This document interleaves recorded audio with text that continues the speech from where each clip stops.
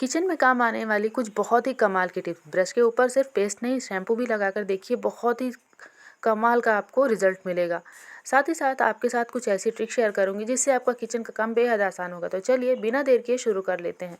Kitchen से आने वाली सबसे पहली ट्रिक है लाल मिर्च को लेके। जब भी हम लाल मिर्च को पीसते हैं, आपने देखा होगा कि हम इसे मिक्सी जार में यूं ही डालते हैं और डालने के बाद इसे हम ढक्कन लगाकर पीस लेते हैं। लेकिन इससे क्या होता है, जब भी मिर्च पीसते हैं ना, गले तक भर जाता है, बहुत ज़्यादा खांसी आती है, आंखों में से भी आंसू आते हैं। तो आप इसमें 2-4 बूंद सरसों का तेल डाल दीजिए।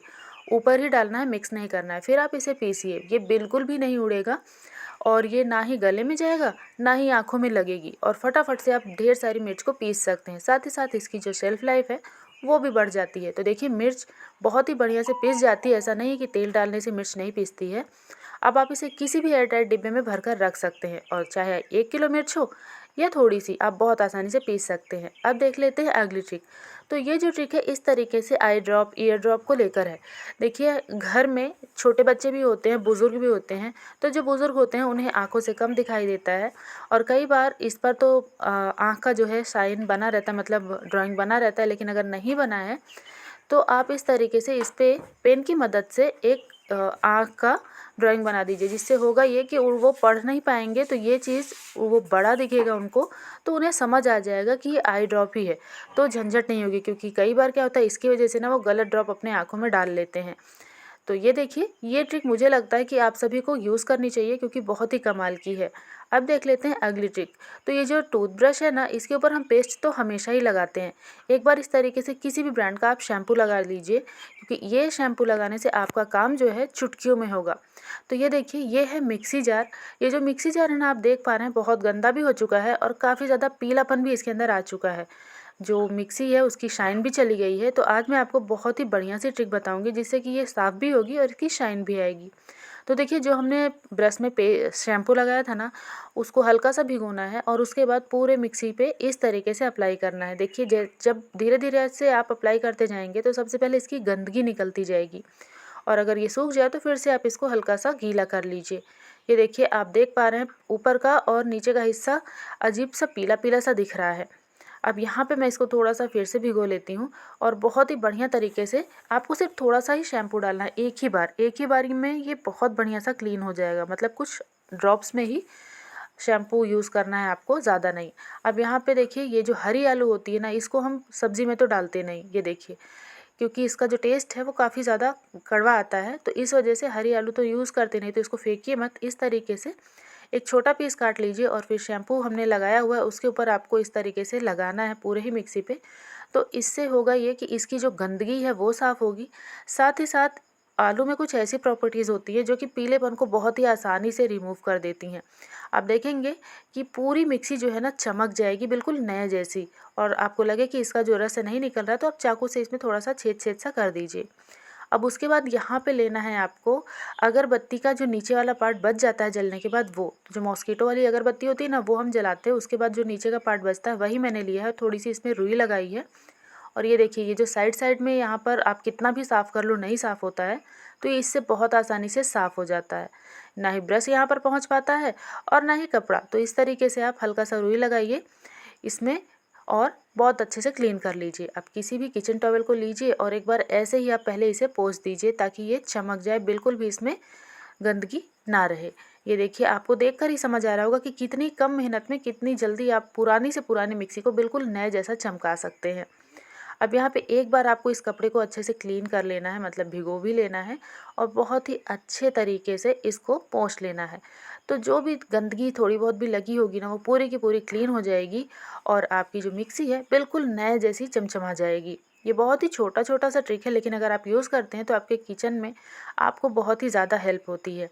आप देख लीजिए, पहले मैंने आपको कैसे दिखाया था और अभी कैसे दिखा रही हूँ, बिल्कुल नए जैसी हो गई है। अब एक छोटा सा काम करना है, जो बची हुई आलू है वो लेना है और इसके ऊपर अच्छे तरीके से अप्लाई कर देना है। आप देखना है कि इसका जो रस है वो लग रहा है कि नहीं, तो उंगली से आप चेक कर सकते हैं। और जब लगे कि रस नहीं निकल रहा है तो हल्का सा चाकू से आप इस पर होल होल कर दीजिए, तो इसका जो रस है वो निकलेगा। इससे होगा ये कि ये जो मिक्सी है ना, काफ़ी कम गंदी होगी। बस इसको सुखा देना है, और सुखाने के बाद आप देख लीजिए, इस पर थोड़ा सा पानी या फिर कुछ भी डाल के देखिए, तुरंत से ही फिसल जाएगा। अब यहाँ पे इस तार को आप इस तरीके से ऑर्गेनाइज कर सकते हैं पेन के कैप की मदद से। और साथ ही साथ इसको आप चूहों से बचा सकते हैं इस तरीके से ग्लास से कवर करके। उम्मीद है ट्रिक पसंद आई होगी। अब यहाँ पे जो हरी आलू हमने यूज़ की थी मिक्सी को साफ़ करने के लिए, तो इसे फेंकिए मत, इसका भी आप बहुत अच्छे से यूज़ ले सकते हैं। तो यहाँ पर देखिए, जब इस तरीके से हम मॉस्किटो वाली अगरबत्ती जलाते हैं तो हम इसका स्टैंड ढूंढते हैं, इसे कहाँ लगाएं वो ढूंढते हैं। तो एक कमरे के लिए, 2 कमरे के लिए आपने स्टैंड रखा होगा, लेकिन अगर आपको और ज़्यादा इसे यूज़ करना है, जैसे घर में कई बार गेस्ट आ जाते हैं या कई कमरों में जलाना पड़ता है, तो आप इस तरीके से इस वेस्ट आलू का भी यूज़ कर सकते हैं। बहुत ही अच्छे तरीके से ये इसमें फंस जाती है, स्टैंड हो जाती है। फिर आप इसे कहीं भी रख दीजिए, ये बिल्कुल भी नहीं गिरती है और आपका काम बहुत ही आसान हो जाता है। साथ ही साथ आपको स्टैंड भी ढूंढने की ज़रूरत नहीं पड़ती, ना ही ख़रीदने की ज़रूरत पड़ती है। ज़ीरो कॉस्ट में आप अगरबत्ती का स्टैंड बना सकते हैं। लेकिन ये मॉस्किटो अगरबत्ती है। उम्मीद है ये ट्रिक पसंद आई होगी। अब देख लेते हैं अगली ट्रिक।